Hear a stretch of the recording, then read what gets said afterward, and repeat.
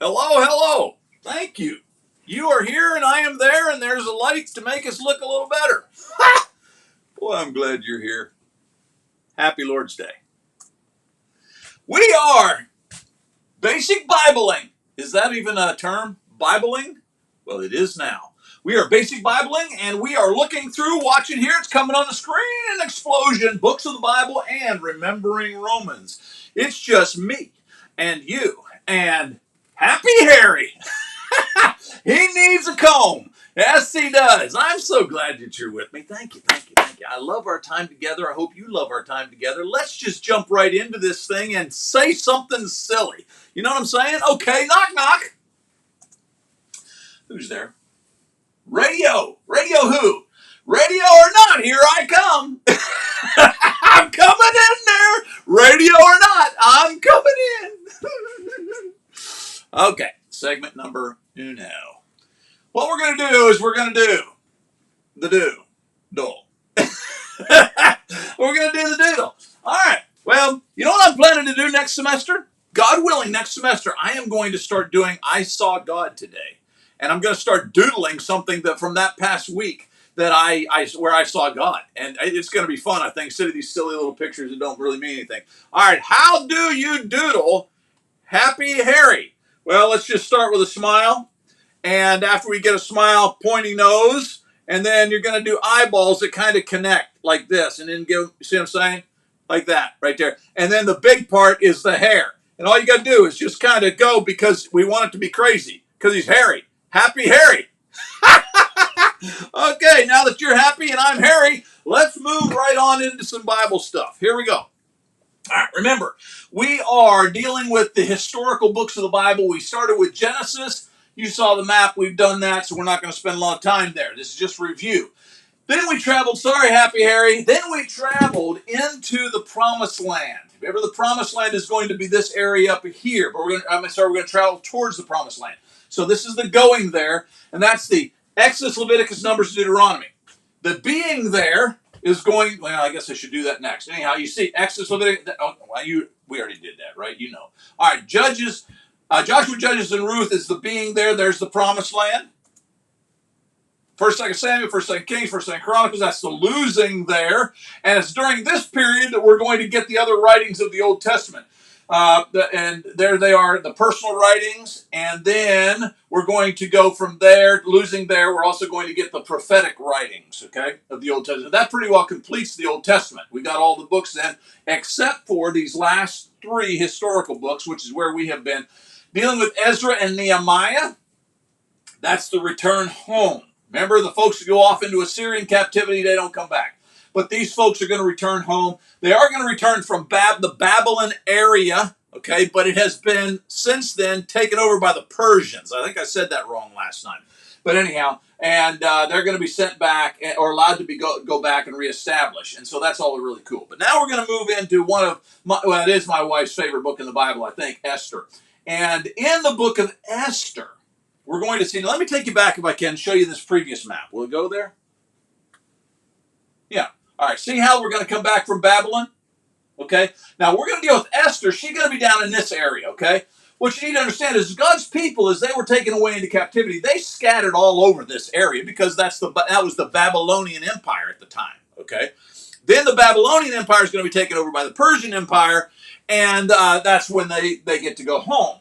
But not everybody's going to go home. In fact, a lot of them are going to stay behind. They have been here a long time. They've established relationships and jobs and all of those kinds. They got homes, etc. And a lot of them don't want to go home. And so a lot of them are going to stay in this area. And that's what leads us then to the last book of history that we have in the Old Testament, which is the book of Esther. And it's going to occur over here in this area, okay? And the major characters of the book of Esther, Queen Esther, of course, but this is going to be on your test.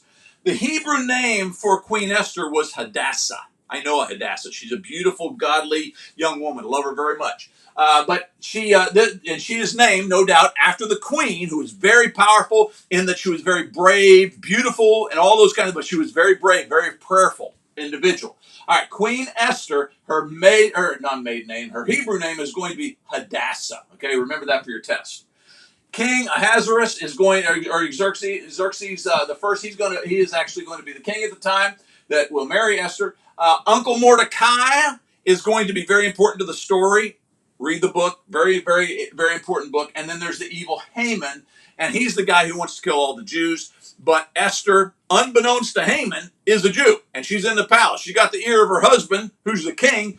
And when the whole thing plays out, one of the most dramatic books in the Bible, when the whole thing plays out, Haman, he's going to get hung on his own gallows. And Esther is going to stand as a tremendous example for womanhood in the Bible. And such a good story here, okay? But we're placing that under the returning there because remember, many of the Jews are going to go back here and establish a kingdom. Even those who do not are going to have a love for this area, and eventually many of them will want to return here to worship at the new temple and all of those kind of things, okay? So Esther is the last book of history with regards to the Old Testament. Hey, guess where we're going to go next time? Oh, yeah. We're not going to shut this semester down without dealing with the New Testament as well, so stick with me. All right, segment number 1, as I test you over this, it would have these 2 questions upon the test. What was Queen Esther's Hebrew name? Hadassah. And I personally, I don't really care whether you spell it right, but Mom and Dad might, so you might want to get the spelling down. And what man wanted to kill all the Jews during the time of Queen Esther? Haman. Haman. Very good. All right. Why did the corn cross the road? As if corn had legs. How does the corn even get across the road unless somebody carries it over there? Have you ever thought about that? But in our joke, we're just going to go with it. Why did the corn cross? As if the corn had a brain and he could even consider why I wanted to cross the road. Do you ever think about that? I know what you're saying. Sonny, just tell the joke. Okay. I'm overthinking this particular one, but it really bothers me. All right. Why did the corn cross the road? Well, because it was being stalked. Get it? Stalk of corn? It was being stalked. So it went across the road. Go ahead and laugh. You might as well. All right, moving on. Segment number dos. That's Spanish for 2. Make a memory. And so we're going to put something in your old gourd up here. And we're going to hope it sticks. Here we go. Making a memory, we're talking about the book of Romans. And we're trying to remember Romans. And we're doodling it in order to remember it. And we're taking all these pictures. And folks, we're almost done. You got a lot of pictures up there. Can you remember? I think you can. Well, let's review just in case you can't. All right. Chapter 1. Creation points toward a creator. 2. Circumcision of the heart. Sin attracts. Faith. 2 Adams. Death, burial, resurrection, baptism. Doo-doo chapter. The Spirit. God said, let's use the Jews. The Jews say we don't care. The Gentiles are grafted in, right? One body, many parts. Respect or honor the authorities. And then today. We've struggled with this particular clue. Gabriel drew that, and he's such a great little artist, but it really frustrated him because I had to have a certain picture. See, I needed to look like a 4, but it looks like this guy's about to pound that guy in the head, doesn't it? It looks like he's going, boom. But that's not what it's supposed to be. In fact, that's just the opposite of what the chapter's about. The chapter's about the weak and the strong brother. See, that's supposed to be a strong brother making a muscle, not trying to pound his brother. Come on. Now, and this is the weak brother. See, he's all because he's weak. All right. Well, chapter 14 of the book of Romans, chapter 14 is talking about how that when you are the strong brother, you need to take care of the weak brother. And if you're the weak brother, you need to make sure that you don't look down upon the strong brother. And it's a we'll talk about more of it when we expand on this, okay? But that's chapter 14. So, Romans chapter 14, the weak and the strong brother. Excuse me for doing that aloud. All right, Romans 14:1. As we make a memory, we also need to have a memory verse. And here it is. Rotlar. Verse 1. As for the one who is weak and strong brother, right? Got it? As for the one who's weak in the faith, welcome him to, you know how to do it. Say the line 5 times. We've done this enough, right? Do I need to explain it to you? Really? I'm not doing it. No, I'm not. No, no. Stop begging. I am not doing it. All right. The second thing that you can do for making a memory with regards to a memory verse is you can eliminate keywords. Post them all over the house. Don't write with permanent marker on the wall. That's a very bad idea. Use sticky notes. Put them all over the house, and every time you pass it, you got to say the word. Whoop, whoop. So, for segment number dos, what we're seeing here is a test preparation question. Actually, it's two questions. What is the term, not the term, that's the word is not term. Read it right, Sonny Childs. What is the theme of Romans chapter 14? The weak and strong brother. Very good. And can you quote the memory verse? It's not a long one this time, so I think you're going to be able to do this one without any trouble whatsoever. Got it? Okay. Let's be silly another time. Me and my horse buddy. I think my horse buddy's going to go away at the end of this particular semester, and I'm really sad about that because he and I have grown close over the course of this semester, but, you know, we all got to move on. He's got to go on to greener pastures, and I got to move on to, I don't know where I'm going, but let's just tell the joke. What did the old man, not what? You're reading horrible today, Sonny. Try again. Okay, I will. Why did the old man fall into the well? Why did the old man fall into the well? He couldn't see that well. Now, you got to admit, that's one of the better ones I've told this semester, isn't it? You know what I'm saying? Why did he fall into the well? He couldn't see that well. He can't see well, and he couldn't see the well. So because he can't see well, he fell into the well. You got to admit, that's a pretty good one. Go ahead and just say it. Send in all of the emails, all the text messages, and just tell me, Sonny, you really nailed it with that one. Go ahead. Start right now. Okay. Segment number 3, we're going to ponder. I think that ponder is a funny word. Because when I think of ponder, I think of pond. And when I think of pond, I think of a place that you go swimming or you go fishing. Why do I have a pond in my head? I don't know. But that's where we get the word, I don't know if it is. Actually, I doubt it has any connection between pond and ponder. It might. Maybe here, I got a good idea. If you want to go somewhere to really think hard, you go sit beside a pond. There you go. That's how you can remember it. Anyhow, we're pondering a passage. This is where I go and I tell you why that stuff, that I said earlier was really important. All right, here we go. As we ponder, I want you to look at chapter 14, verses 1 through 4. As for the one who is weak in faith, welcome him, but not to quarrel over opinions. One of the things that weak, spiritually speaking, does is it causes us to kind of be dramatic, a lot of drama, okay? And in that drama, then, we sometimes find ourselves creating problems, especially over opinions. And so what he is saying is, don't be that weak brother who sometimes causes problems, okay? Now, while you read the rest of the passage, I'm going to turn on one more light. I see that I forgot to turn on all of my lights today. Can you imagine? Sonny Childs, how forgetful are you? Well, the answer to that question is very forgetful.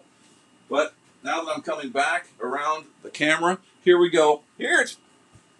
I'm back. All right. One person believes he may eat anything, while the weak person eats only vegetables. So here's the problem. And remember, it's all about opinion. You got the one guy who says, you can eat whatever you want. You got the other guy who says, no. We can only eat vegetables. I'm a vegetarian, and that's the only way we're going to go. He says, here's what you need to do. Don't fight over it. It's okay for the one brother, who is evidently the strong brother here, it's okay for the strong brother to say, you can eat whatever you want. God's blessed it all. God made it all. And he is saying that it's okay for the weak brother to just think he needs to be vegetarian. It's okay, right? For us to, he's going to go on and explain this.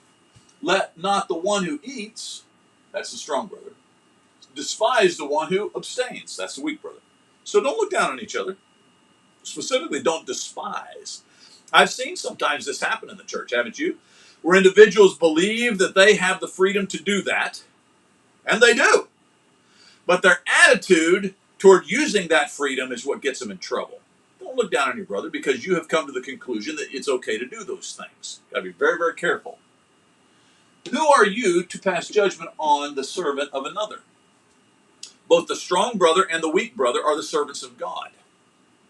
And if God says it's okay, or God doesn't say you shouldn't do that, if God doesn't make a big deal about it, then you and I ought not make a big deal about it. We ought not divide because of something God doesn't even make a big deal about. Either way, whether you're a vegetarian or not a vegetarian, both of us ought to be able to cooperate and say it's okay for you to go your way. So that's the best. If that's what you understand at this particular point in your spiritual maturity, then that's okay, and I'm going to stand beside you. But I may understand it differently in my point of spiritual maturity. Last thing he says, and he will be upheld, for the Lord is able to make him stand. Who is able to make him stand? The Lord. Make who stand? Either the weak brother or the strong brother. Both of them can stand. So, is it possible for us to disagree on a matter of opinion and still be in fellowship? Yeah, buddy. That's what Romans 14 is all about. All right. Well, the preparation for that particular ponder a passage part of our period of pleasantries. Did you notice the number of P's I was able to fit in there? I just came up with that right out my head. I mean, just like, wow. Anyhow, that's called an alliteration, I think. Maybe it's just called insanity. But whatever, here's your 5 questions. Did you guys, did you take a what do you call, screenshot of that? There you go. Get out your old Polaroid camera and take a picture of that. Remember those, Greg? Here's my buddy Greg. He's watching. Remember the old Polaroids? Don't have to do that no more. Take a screenshot of that. There's your 5 questions, and if you can get them into your head, then you're pretty smart. That's what I'm saying to you right now as I stand here saying it to you. Let's be funny. All right? We will. But, Sonny, you got to get your head out the way. All right? I will. What does a duck say when buying lipstick? This one has troubled me for some time because I remember that day when I went into the lipstick store and there was a duck trying to buy some. No, can't say I've ever had a duck try to buy lipstick. Never saw it, never witnessed it. I can't even find a YouTube video that would explain it. However, our particular joke at this particular point does talk about it, so let's just go ahead and give the answer. What does a duck say when buying lipstick? Well, the duck says, put it on my bill. He charges it. He just put it on my bill. I'll pay for it later. Can you imagine? I should have tried. Gabriel could have done this, and I should have asked him to go ahead in a second to smear some lipstick on there. Wouldn't that look funny?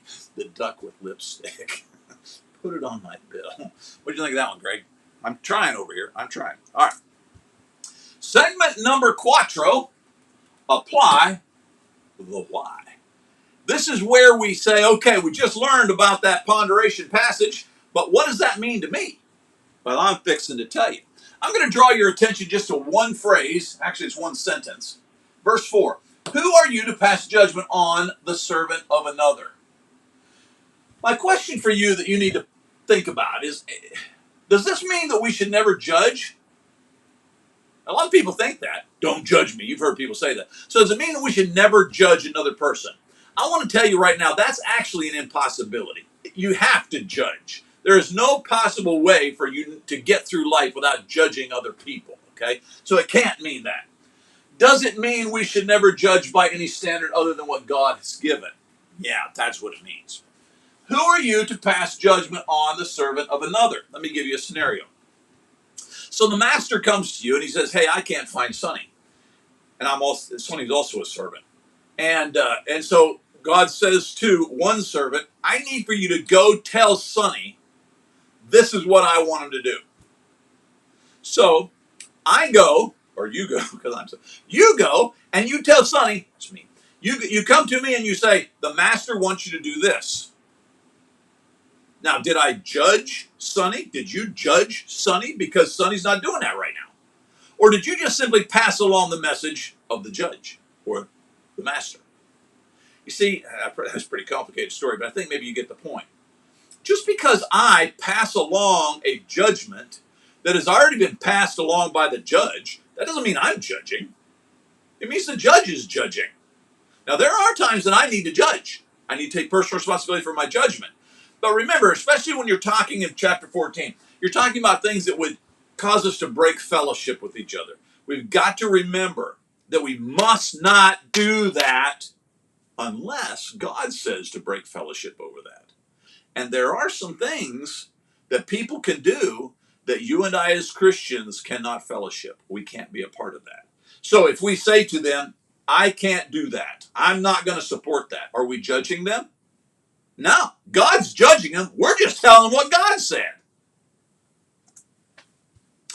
By way of test prep, I'm going to ask you to write a short paragraph on this question. Can you name 3 situations in which you must judge someone else?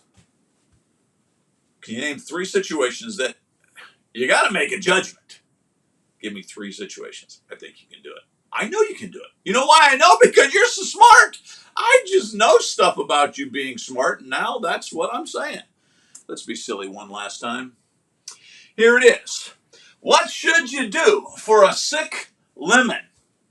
Now, this is not a lemon, but I'm going to tell you a quick story about a tomato.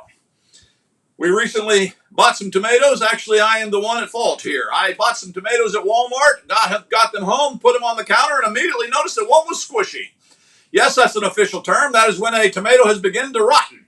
And it got squishy at the bottom, and I looked in there, and I just bought the thing. I looked in there, and Cindy said, did you buy this? And I said, I did, and I was guilty, and I'm so sorry. But it was a squishy, sick tomato. I threw it away. All right, that with context, I am going to proceed now to our joke. What should you do if you find a sick lemon? How do you solve that? What can you do to help a sick lemon? Clearly, you need to give it lemon aid. Did you know that one before? I bet you did because you're quick. Lemon, you need to give it aid. And it's a lemon, so it's lemon aid. I know you're rolling in the floor right now. Get up, get up. We still got one last segment to do. Get up. We got to finish this thing. Oh, man. Segment number 5. In the 5th segment, we're going to take the time to test you. And I know you love this part, but that's too bad. We're going to do it anyhow. We're going to test you, and as we test, guys, we are at test number 14. We're almost done. Oh, dear. Oh, Greg says, what do you do with a rotten tomato? You give it tomato paste, or you make tomato paste or something like that. That's not even funny, Greg. Oh, me. I'm not going to read them to you. There they are. You can read them yourself. But I just want to point out, guys, we're getting right along here. You know what I'm saying? We got 16 weeks, and guess how many weeks are left? Go ahead and do the math. 16 minus 14 gives you what? Yeah, we only got 2 lessons left. Here's your questions for lesson number 14. You got this. I know you do. And I'll tell you why I know, because it's on the screen, right? Well, never mind. It went away. I hit my button too quick. I believe in you. That guy there, this guy right here, he believes in you. You got this. Now let's go to the next screen. Well, that was fun. Me and Greg enjoyed it. Greg, he's up there making fun of my jokes, but anyhow, here we go. He says it was hilarious, but he misspelled hilarious because he didn't. All you got is hilar. You didn't get the rest of it, Butch. You need to give me the rest. All you got is he. That's hilar. What's that even mean? All right, that was fun. Here I am. If that was worthwhile and you enjoyed it, would you please support our ministry? Best thing you can do is pray for us. Best thing you can do. That would mean the world. In fact, if you stop right now and say, that crazy Sonny Childs, Lord, he needs your help. It would be helpful. But if you have some extra missions giving that you can put our way, that would mean the world. It helps us keep all this stuff free, going out there, et cetera, et cetera. Had somebody recently ask, hey, why don't you guys make money off of that? And I said to myself, hey, that's not where I'm not in this to make money. I'm in this to make sure that people can get the message of God. And you know how that happens? Because of good folks like you keeping me alive. I love you and thank you for helping me. Thank you. So, what do I say at the end of all these things? Oh, yeah. Be there, Matthew 16:26. That leads us into prayer time, and I got to get a drink. Whew. I tell you what, that first segment, it just kind of drives me out because I'm trying to be silly. I'm trying to keep it lighthearted for the younger people and all that. Now, I want to come back here because my buddy Greg had said something earlier on, and I want to make sure if it was a prayer request. Been praying for him and your for my dad. Thank you, Greg. I appreciate it. He says he's been praying for my dad. And he has a joke about a Polaroid camera. I'll have to read that later. I love Greg. He's up there in Maryland. He's my longest running friend. He's one of the few friends I got left. Anyhow, new SBS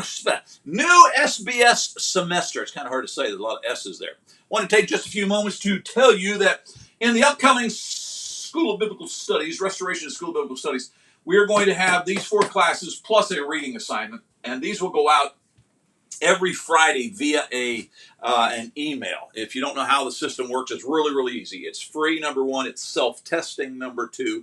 And it comes to your email, number 3. It's just really, really simple. If you want to, you can watch it live, like my buddy Greg is doing right now in Maryland. And I got a buddy, Danis, in not Ethiopia, where's he? Kenya. I got another friend in India. They watch it live, etc. You can watch it live, or you can wait till Friday. On Friday, if we have your email, we send you out all the links to the recordings. Well, this semester, we're going to cover the book of Revelation in our first segment, the one I just got done with, the basic Bible, as we drill and all that kind of, that's going to be Remembering Revelation. It should be a lot of fun. Gabriel has drawn all the pictures, 22 chapters, and he's really done an excellent job. And some of the chapters, you can imagine the themes of some of the chapters of the book of Revelation, they got some really weird, picturesque stuff going on. Gabriel did a phenomenal job with that. So you're going to want to tune in for that particular class. Then the sermon segment, which is about to begin here at the end of this semester. The next semester, we're going to talk about tough topics, and we're going to deal with all kinds of things that are just, they're kind of hard doctrinally to put your head around. So what does God really say about this? Help us to kind of harmonize Scripture and to see what God is saying about some really tough topics. And there'll be just a variety of 16 of them, okay? And then I'm really excited about this one. This one is a new time slot for us. We're going to start at about 10:30 on Sunday mornings, because I'm at a congregation. I'll be actually standing in a pulpit preaching, but we're going to use that preaching segment as another class. And I'm going to begin a journey in the topic of from Jacob to Israel, the man, the promise, the world. From Jacob to Israel. Remember, Jacob gets his name changed to Israel. How does that journey unfold? Why is he such a significant character, etc.? And I'm really excited about this particular one. So I hope that you'll join in for that one. And of course, they all have questions that are associated with them. These 3 all have 5 questions. That's 4, 5 questions. This one always has 10 because this is for the young people, etc. You old people, you can only keep up with 5. But anyhow, so that's what we're going to deal with. That'll be also on Sunday morning. If you're going to do it live, you probably can't read that, but that's going to, I got the wrong time slot there. Forget that. That's going to be about 10:30 on Sunday mornings, okay? This one will be at 9:30, about 10:30. And then this one on Wednesday nights, we're going to do a verse by verse to the book of Galatians.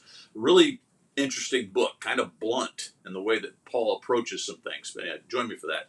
I think you'll benefit greatly. Okay, and again, it's all free, but I need your email address if you want to receive these. Okay. My dad is recovering well. Thank you, Gabriel. Thank you, Greg, for asking. And had to kind of tweak his medicine and things, but I think he's gonna do well with this. I had a heart attack 2 weeks ago, if you didn't know. All we got going with the FBI and the IRS intrusion within I tell you, folks, it's getting really, really worrisome. Home church worship guides just mailed yesterday. These worship guides, if you're on my mailing list, you receive. These worship guides are all about the months of September and October. So I've got a worship guide for every Sunday in those 2 months, and it's coming to you. Gabriel drew a really cool picture on the front cover, etc. You're going to look for that. If you're not on my mailing list, again, it's free. The reason I can do this free is because of people like you who keep me alive. God bless you. Thank you. But it's all free. So all you got to do is message me with your address, your physical postal address, and I'll make sure that you get that. If you want the SBS classes, message me with your email address. Again, it's just all free. Tonight's Zoom Bible study, we're really having a good time in the book of John. And the Zoom Bible study at 7 o'clock, it's just that. We all sit in front of our computer screens and we talk about the Bible. And it's really, really awesome. We got folks from Pennsylvania, Louisiana, Kentucky, Missouri, Kenya that join us. So just I need an email address though, because what Cindy does is about 6:45, Cindy sends out an invitation. And there's a little link in that. And she says, okay, come join us. And all you gotta do is hit that link and you join into this Bible study. Free. Why not do it? And then lastly, I've got some friends who are really struggling, not just one set of friends, but some friends who are struggling with their marriage vows.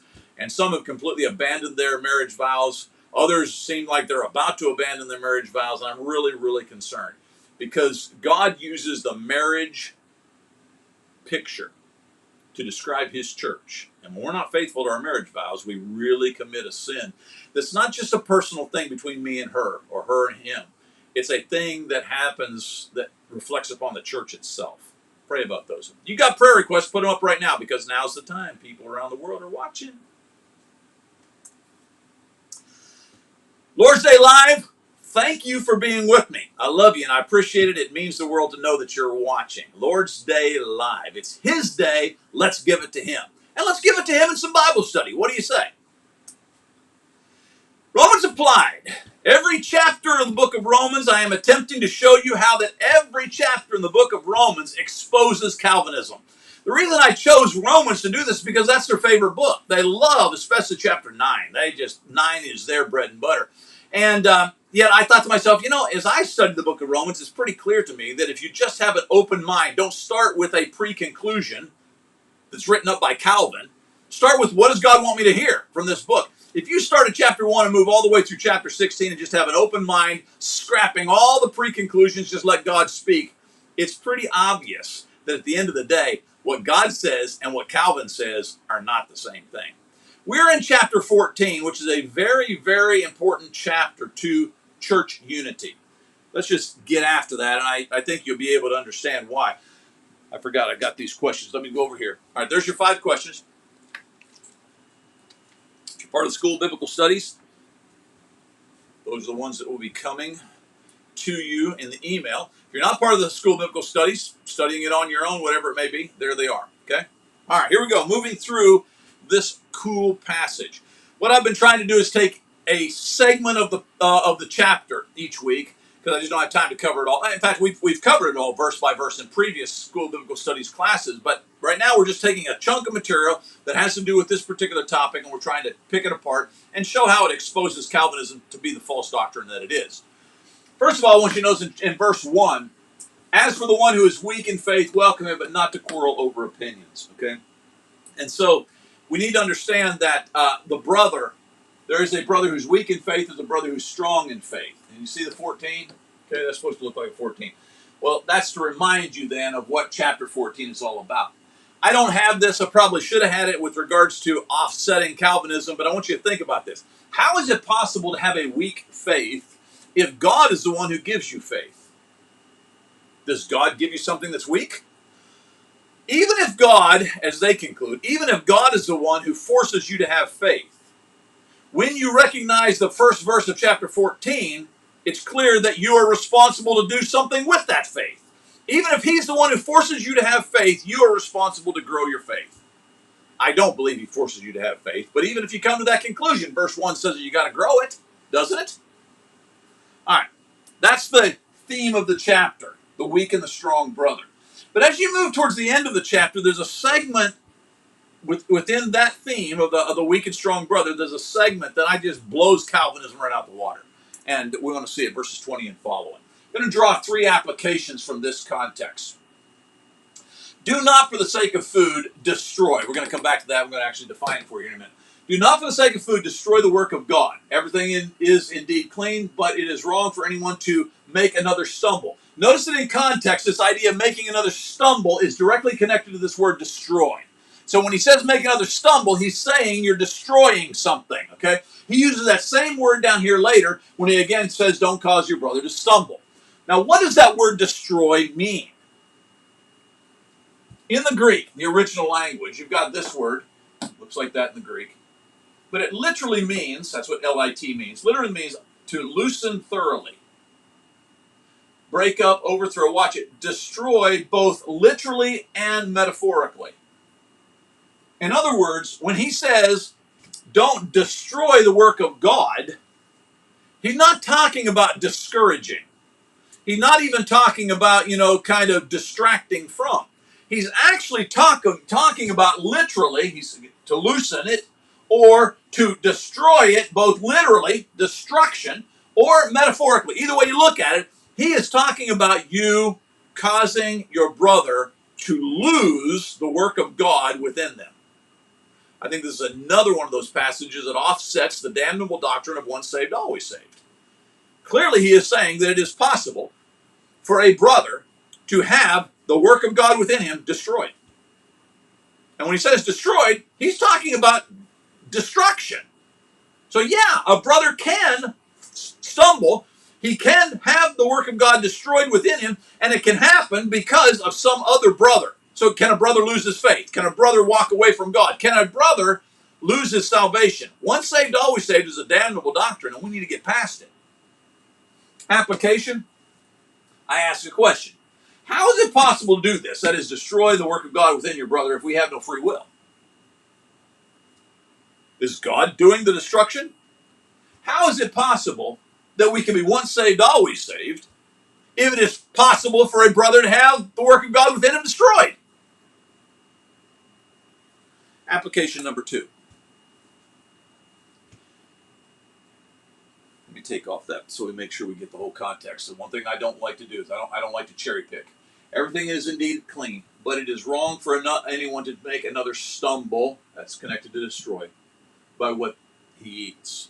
So if you're going to cause a brother to have the work of God within him destroyed because you're stubbornly eating things that he is not yet ready to assimilate into his value system, that's wrong.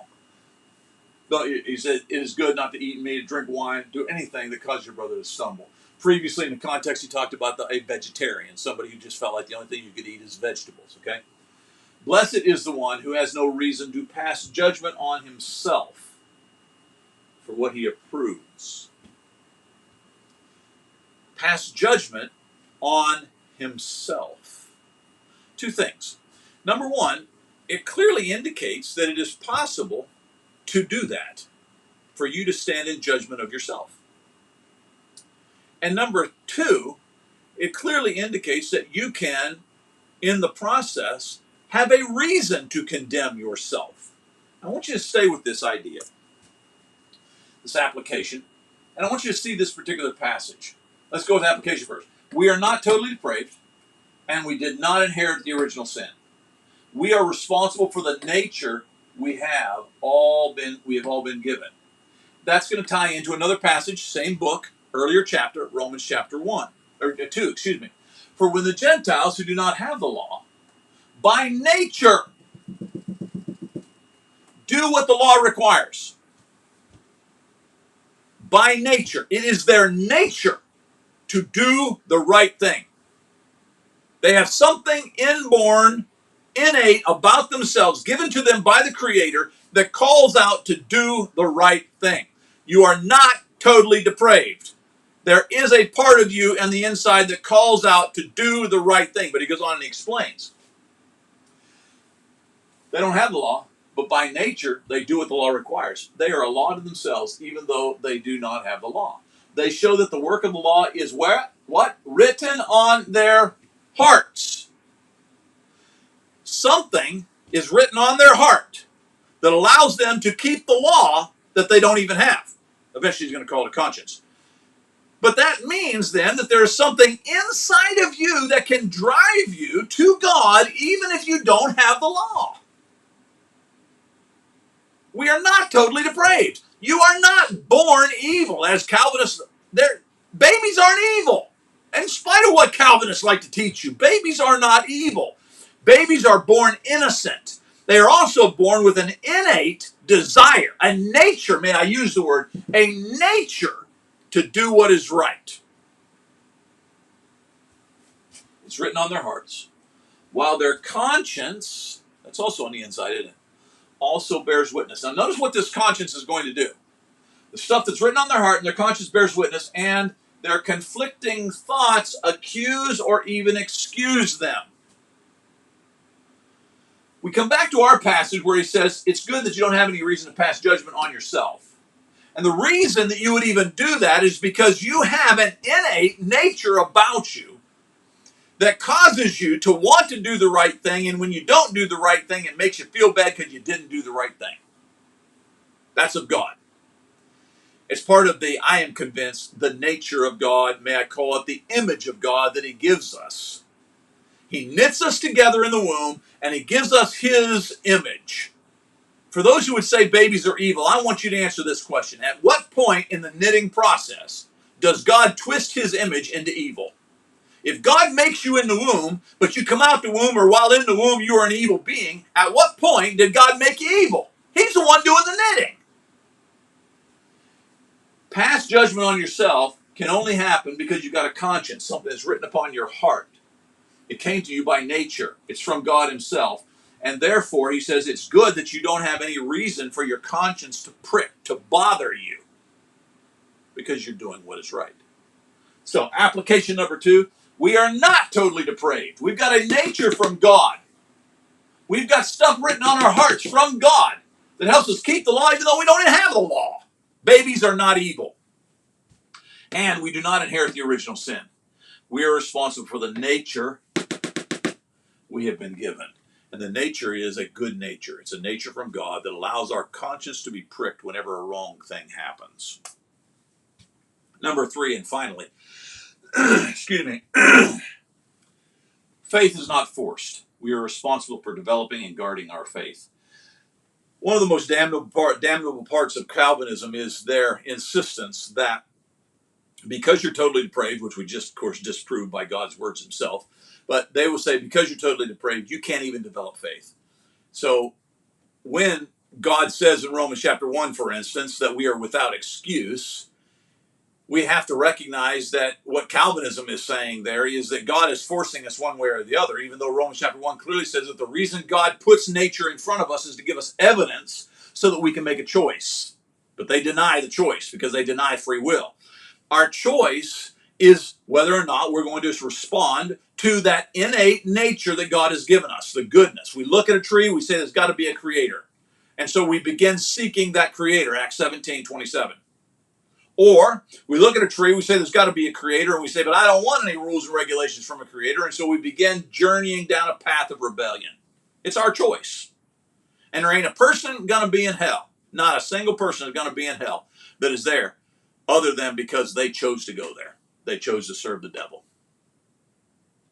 God doesn't force anybody into hell, as Calvinism clearly would have to think he does. I mean, I've got a Calvinist friend, I don't know that you call him a friend, combatant on social media who just will just come right out and say it, that God causes evil. I mean, anyhow, the blasphemous nature of Calvinism. Whoever has doubts is condemned if he eats, because the eating, watch it, is not from faith. And we've already established in verse number 1 that it is possible to have a weak faith. So even if you say that God forces faith upon you, you still have personal responsibility to grow that faith. But if you maintain, as I do, that God doesn't force you to have faith, God gives you the evidence, and then he allows you to make the choices, then in verse 25 or 23, whoever has doubts is condemned, because I am being led by an innate nature to do what is good, but I got doubts. And so I've got doubts, but I go ahead and eat. It's something that's questionable to me. I'm not sure whether I ought to do this or not, but I go ahead and eat. I am violating my nature. The goodness of God that still remains within me to do the right thing. I'm violating that. And he is saying that eating is not of faith, because faith has to be developed. Faith is something that continues to grow. Interesting in this passage, I wish we had time to go back and look at it in its entirety, but it's interesting that earlier in this passage, he's going to say that this guy can be right with God at the same time that this guy is right with God. This guy thinks that you can only eat vegetables. This guy thinks you can eat whatever's put in front of you. But they can both be right. How's that even possible? Because we're dealing with something that's of opinion, and we're dealing more specifically with something that is of faith, a developing faith. This guy's developing faith is not as mature as this guy's developing faith. And so this guy must not look down upon this guy because he's got a more developed faith. But this guy, the stronger brother, must not look down upon this guy because he got to the system later than he did. He needs to be patient. Allow this guy to have time to grow up as well. But what happens if this guy refuses to grow up? That's sin. And when a weaker brother holds back the church because he refuses to grow up, he needs to be disciplined by the church. Too many churches are being held back by weak brothers who refuse to grow up. Well, in that rather meaningful chapter, we saw these questions that I tried to answer. Boy, I'd like to beg you to go back and read the whole chapter. I'm telling you what, 14 is amazing. I wrote an entire book on chapter 14, actually using it to show that instrumental music in worship versus a cappella, that's an issue that is directly, I am convinced it is directly solved by Romans 14. We got to stop dividing the church over stuff like that with regards to opinions. We got to stop doing that. But anyhow, that's another story.